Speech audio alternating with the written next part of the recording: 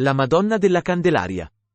Il 2 febbraio è dedicato alla presentazione di Gesù al Tempio e alla celebrazione della Festa delle Luci, conosciuta anche come Candelora. Questo giorno è associato a un'apparizione della Vergine alle Canarie, dove l'immagine della Vergine con il bambino teneva in mano una candela.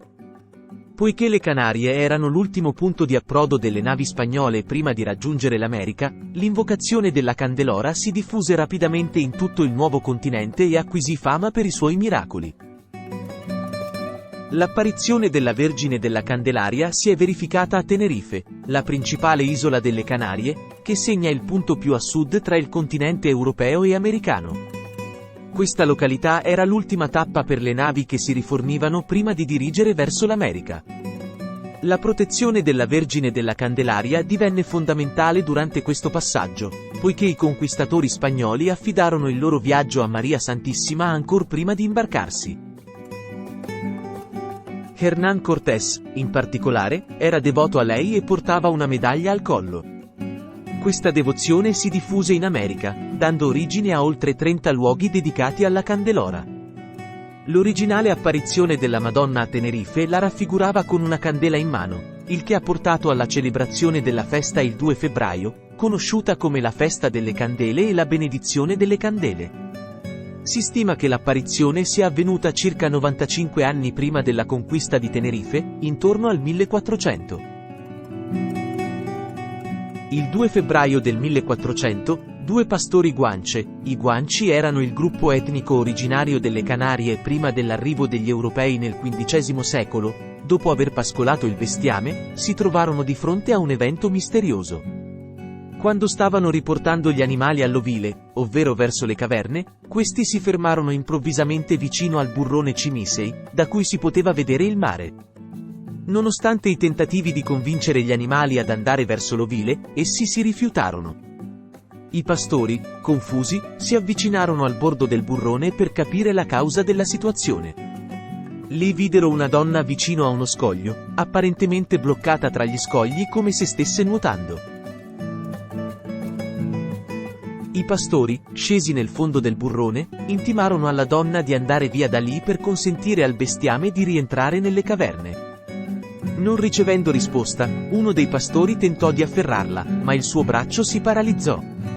Il secondo, credendo che la donna potesse essere uno spirito maligno, estrasse un coltello per ferirla, ma contro ogni aspettativa, fu lui stesso ferito. Spaventati, i pastori fuggirono a Cinguano nel palazzo grotta del re Acaimo per raccontargli l'accaduto.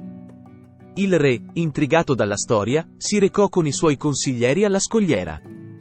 Gridò alla donna di allontanarsi, ma non ottenne risposta.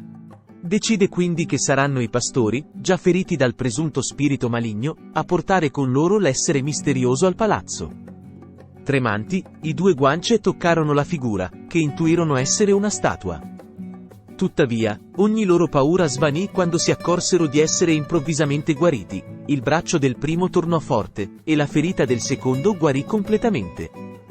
Il re comprese che c'era qualcosa di soprannaturale nella donna con il bambino, e decise di portarla per un tratto, anche se ebbe bisogno di assistenza a causa del peso.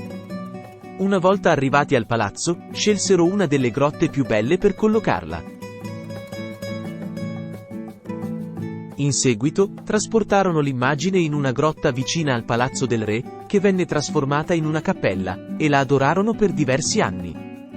Successivamente, un giovane di nome Anton, precedentemente schiavo spagnolo fuggito e tornato sull'isola, riconobbe la Vergine Maria nell'immagine miracolosa. Battezzato, condivise la sua fede cristiana con il re e la corte, introducendo la Vergine Maria come la madre del sostenitore del cielo e della terra.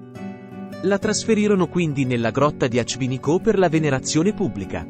L'immagine fu rubata dagli spagnoli in un momento successivo, ma fu restituita dopo una pestilenza attribuita al furto sacrilego.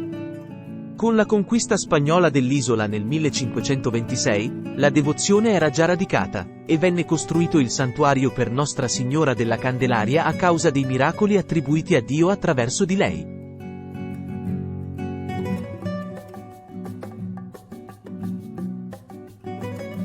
L'immagine, alta 1 metro, raffigura la Vergine con il bambino Gesù nel braccio destro e una candela nella mano sinistra.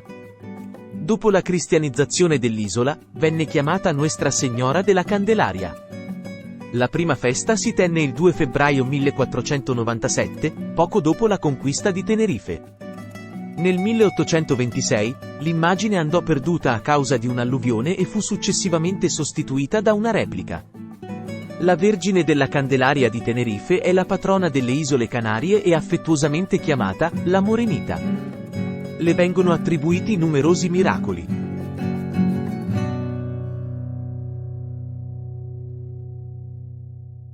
In seguito, l'immagine della Vergine della Candelaria fu posta in una grotta vicina al Palazzo del Re, trasformata in una cappella, e oggetto di devozione per molti anni.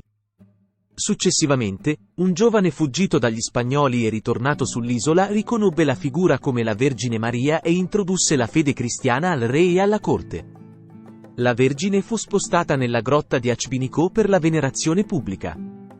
Dopo un furto dell'immagine da parte degli spagnoli, che fu successivamente restituita a causa di una pestilenza attribuita al furto sacrilego, la devozione cresceva già con la conquista spagnola.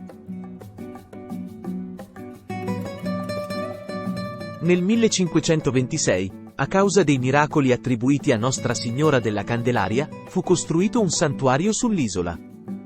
L'immagine, raffigurante la Vergine con il bambino Gesù e una candela, venne chiamata Nuestra Signora della Candelaria dopo la cristianizzazione dell'isola. La prima festa si tenne il 2 febbraio 1497, poco dopo la conquista di Tenerife. Nel 1826, l'immagine originale andò perduta a causa di un'alluvione, ma venne successivamente sostituita da una replica. La Vergine della Candelaria è la patrona delle Isole Canarie, conosciuta affettuosamente come la Morenita. Numerosi miracoli, soprattutto quelli legati al mare, come il salvataggio durante tempeste o naufragi, sono attribuiti a questa figura sacra.